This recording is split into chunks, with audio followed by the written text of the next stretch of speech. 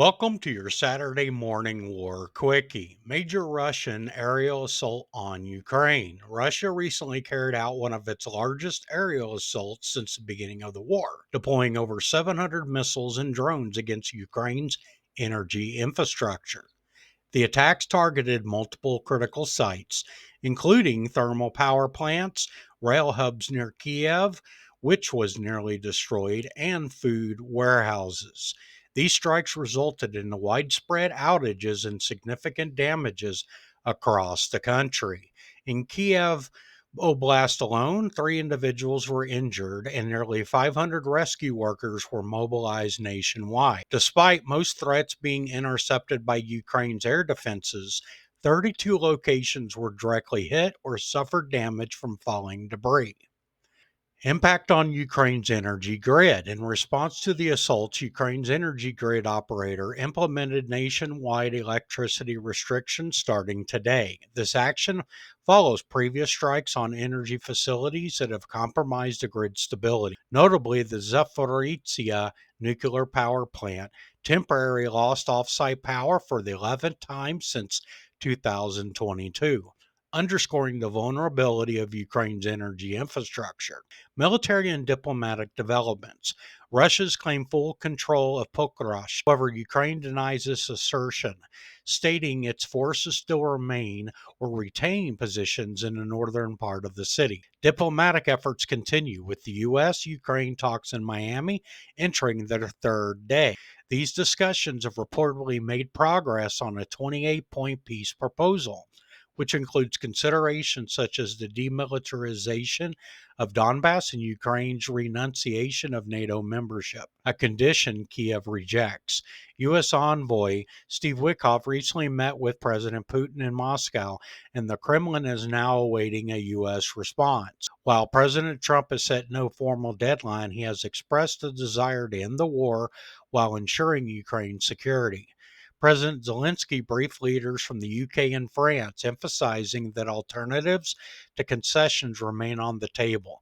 Ukrainian Commander Syrsky has stated there will be no territorial concessions. European and international reactions. Europe's response to the crisis has been hampered by internal disputes. EU leader identified the United States as Europe's biggest ally, despite the Trump administration's national security strategy downgrading Europe as a priority and shifting focus towards China and Latin America. There have been suggestions to seize $200 billion in frozen Russian assets to support Ukraine. On the broader international front, President Putin has offered India uninterrupted fuel supplies in the face of U.S. pressure. The Swedish Navy has reported near weekly encounters with Russia submarines in the Baltic Sea, anticipating increased activity if a ceasefire occurs. Additionally, there have been reports of another Ukrainian prisoner of war being executed by Russian forces. Security incident in France. French naval base drone intrusion. France experienced a significant security incident on December 5th, classified as an attack due to unauthorized drone incursions over a high security military base. 5 drones were detected flying over the naval base in Brest, Brittany, which houses France's ballistic missile submarines, a key component of the nation's nuclear deterrent. French naval forces responded by opening fire on the drones, successfully neutralizing the threat. No damage to infrastructure or personnel was reported. The situation was swiftly contained. The incursions occurred late on Thursday night, with details released to the public the following day by French military sources. This incident aligns with a pattern of escalating hybrid threats in Europe, including suspected Russian linked drone activities in the context of the ongoing Ukraine war. Authorities are investigating the origin of the drones, though no group has claimed responsibility.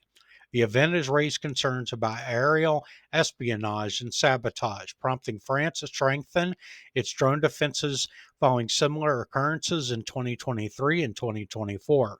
The French confirmed the intrusion to AFP, describing it as detected and neutralized.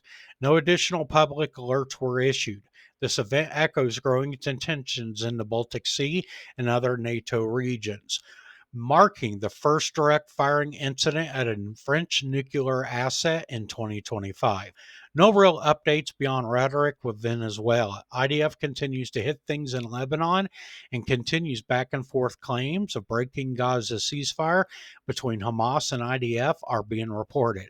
China made a big presence of itself in parts of the South China Sea. The U.S. continues to draw back its efforts and involvement at present with NATO and the EU, and possible talk of withdrawing more U.S. troops from Europe are the talk of the town. If you enjoyed this content, hit like, sub, and notice. And thanks for watching. And as always, stay informed.